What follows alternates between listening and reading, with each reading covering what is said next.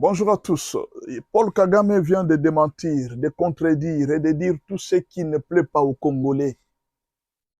Il a tout contredit, il a tout démenti, il n'est pas d'accord avec la démarche de Kinshasa. Il a même tendance à remettre en cause tous les accords. Pour lui, être en RDC, c'est tout à fait normal.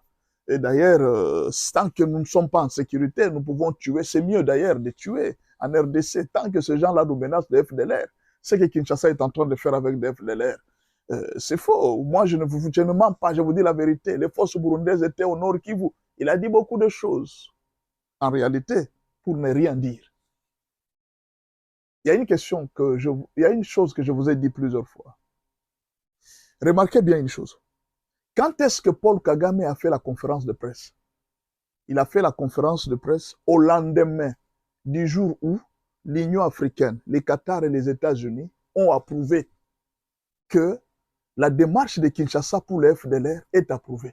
Maintenant, toi, tu fais une conférence de presse pour renier la démarche approuvée par les États-Unis, approuvée par l'Union africaine, approuvée par les Qatar. Lui, il fait une conférence pour renier tout ça. Il dit que Kinshasa a fait, c'est rien. Mais alors que les États-Unis viennent d'approuver. Est-il en train de contredire les États-Unis? Non. Je sais que vous n'allez pas comprendre ce que Paul Kagame fait. Je vous ai dit ceci, et je répète encore. Vous savez, le principe des lépreux. Les lépreux ont quel principe? Ils ont montré un principe. Ils ont dit ceci. Les 4 lépreux, ils ont dit ceci. Si nous restons ici, là où nous sommes, nous allons mourir de faim. Si nous rentrons en Israël, chez nous, on va nous tuer. Si nous allons chez nos ennemis, là où il y a la nourriture, ils peuvent aussi nous tuer. Mais alors, restez, rentrez, allez, partout où il y a les dangers. Mais alors, qu'est-ce que je dois faire? Allons seulement nous jeter dans les camps des ennemis. Et là, nous nous jetons dans les camps des ennemis. Et s'ils vont nous tuer, qu'ils nous tuent.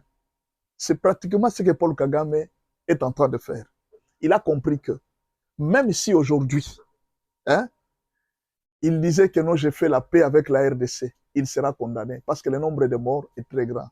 Même s'il dit que non, voilà, je ne veux plus faire la guerre en RDC, on va finir par m'arrêter. Je vais finir par partir. En fait, il a déjà lu tout. Il connaît les principes américains, il connaît l'histoire du monde, il connaît ce qu'il attend. C'est juste un problème de temps. Mais il a un problème qu'il se dit dans son cœur. Il dit, mais il faudra quand même que, même si je mourrais, que les Rwandais gardent de moi une très bonne image.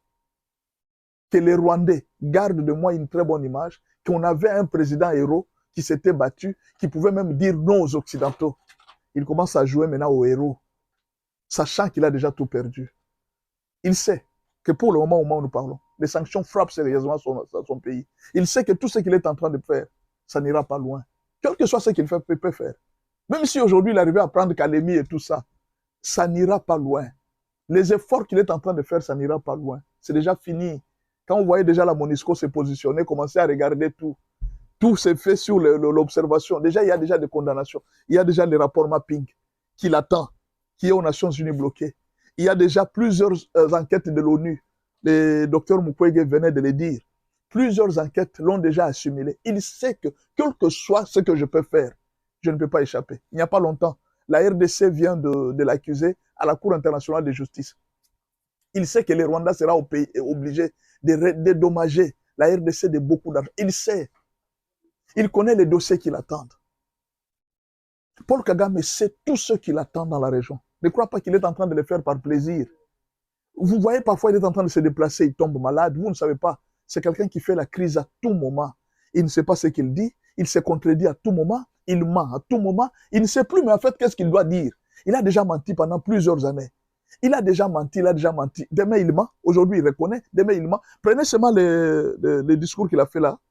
Ramenez aussi les autres discours qu'il avait fait il y a quelque temps. Il a dit que, oh non, d'ailleurs, le président Félix Tshisekedi avait déjà dit que non, ils vont déstabiliser les Rwandais, ils vont changer de régime. Mais lui aussi avait dit, il n'y a pas longtemps, il avait dit la même chose. Il dit, je donne la voix à tous ceux du Congo qui veulent venir pour aller renverser Félix Tshisekedi à Kinshasa, je donne aussi la voix. C'est ce que lui-même avait dit. Lui aussi est en train de condamner pour Kinshasa. Au fait, vous sentez que l'homme est en train de se contredire à tout moment. Il est en train de jouer au héros. Les conférences de presse qu'il fait, il ne les fait pas pour la communauté internationale, il les fait pour les Rwandais. Parce que les Rwandais, Bon, vous savez, la majorité des Rwandais, les Rwandais, ce sont de... Il y a beaucoup d'analphabètes au Rwandais. Hein. Au Rwanda, il y a beaucoup d'analphabètes. C'est un peu comme la situation en Afrique du Sud. Il y a beaucoup d'analphabètes.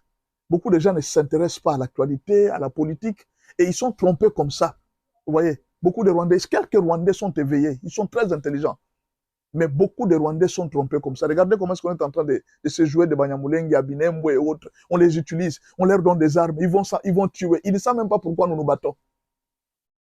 Revenons un peu sur un dossier qui est très important sur les Banyamulenge sont congolais, ils ne sont pas congolais. Je vais vous rappeler, les Banyamulenge sont des Congolais. Il y a quelque chose que vous ne comprenez pas, ce que le président a dit. Dites-moi un peu. Si vous avez la nationalité française, vous êtes congolais, vous avez la nationalité française, vous êtes français ou bien vous êtes congolais. Vous avez la nationalité française ou bien vous avez la nationalité américaine. Vous êtes américain ou bien vous êtes congolais. Dites-moi un peu. Qu'est-ce qui montre que quelqu'un est congolais et quelqu'un n'est pas congolais? C'est la carte d'électeur. Ce qui prouve que quelqu'un est congolais ou ne l'est pas, c'est la carte d'électeur. Ceux qui ne sont pas congolais n'ont pas de carte d'électeur. Bien sûr, ceux qui ont voté, hein, qui ont voté pendant un certain moment, ils n'ont pas de carte d'électeur. Ça veut dire que si quelqu'un a accès à une carte d'électeur, c'est un Congolais. La question est la suivante. Quand on avait fait les élections, avait-on donné aux Banyamulenge des cartes d'électeurs? Si on leur avait donné des cartes d'électeurs, ceux qui sont Congolais, un président ne peut pas aujourd'hui renier la carte d'électeur qui donne d'office la nationalité à un Congolais. Est-ce que les Banyamulenge n'ont pas de passeport congolais? Est-ce que certains Banyamulenge n'ont pas de carte d'électeur? Ils n'en ont pas.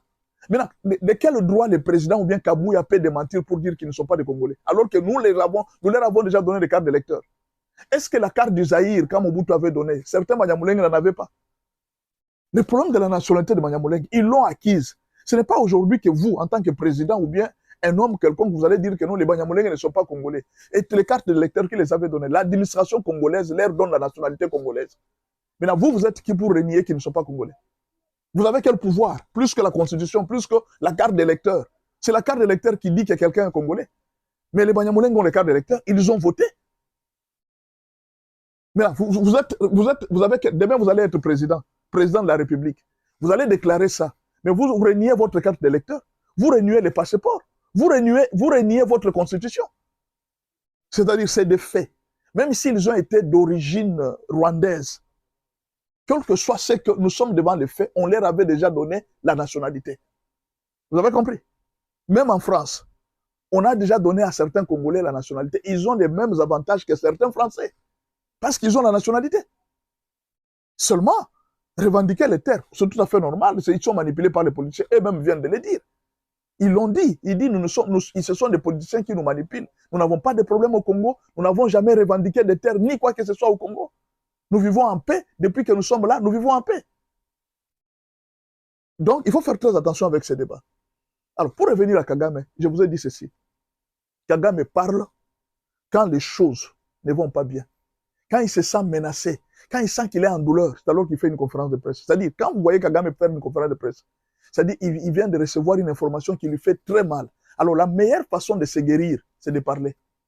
Et quand il parle, il se sent un peu guéri, il sent que ce qu'il a dit, il a quand même convaincu les Rwandais. Le problème à lui, c'est de convaincre seulement les Rwandais, de leur montrer que nous sommes toujours forts. Je suis le héros du Rwanda, je suis toujours fort, il n'y a personne qui peut nous bouger. Mais en réalité, Kagame n'a plus rien, il n'a plus d'appui, il n'y a plus. Même si on dit, oh non, bientôt les démocrates seront au pouvoir, les démocrates ne peuvent pas changer les rapports des Nations Unies. Ils n'en ont pas le pouvoir. Ils n'en ont pas. Ils peuvent exercer, peut-être lui donner des avantages, mais s'ils lui donnent des avantages, nous aussi nous pouvons avoir des avantages des autres nations, et même des États-Unis qui exploitent nos minéraux. Vous comprenez? Donc, il ne faudra pas aujourd'hui commencer à vous avoir peur pour dire que Kagame a dit ceci, il a durci son temps, il a dit ceci, il ne faut pas avoir peur. Kagame n'a plus de force. Kagame a eu 30 ans. Il a eu 30 ans dans ce pays pour faire ce qu'il voulait. Il n'a pas pu le faire. C'est seulement aujourd'hui qu'il va le faire. Vous avez peur de quoi? Ne tremblez pas. Oh non, le gouverneur de Goma a dit ceci, ils n'ont rien à faire. Rien du tout.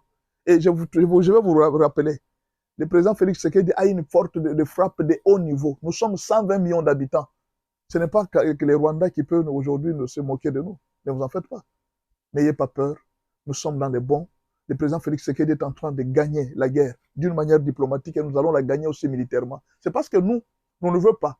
Nous voulons garder notre raison. Voilà le problème.